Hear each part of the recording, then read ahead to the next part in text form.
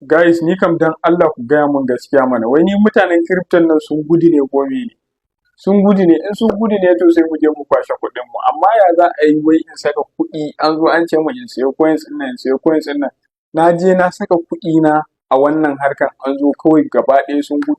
Na je na saka kusan dala 100 da wani abu an zo gaba ɗaya yanzu bai fi dala 20 bane ya rage.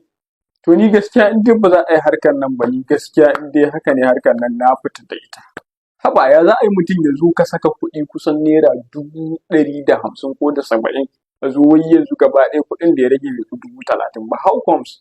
Gaskiya ni ina wanda ma ya sa ni harkan nan wallahi zan je in same shi.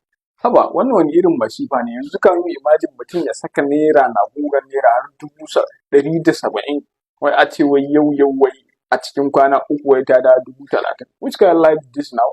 In dai haka ne crypto ni gaskiya na fasa gaskiya a ban kuɗi na kawai. Haba which kind of life is this now?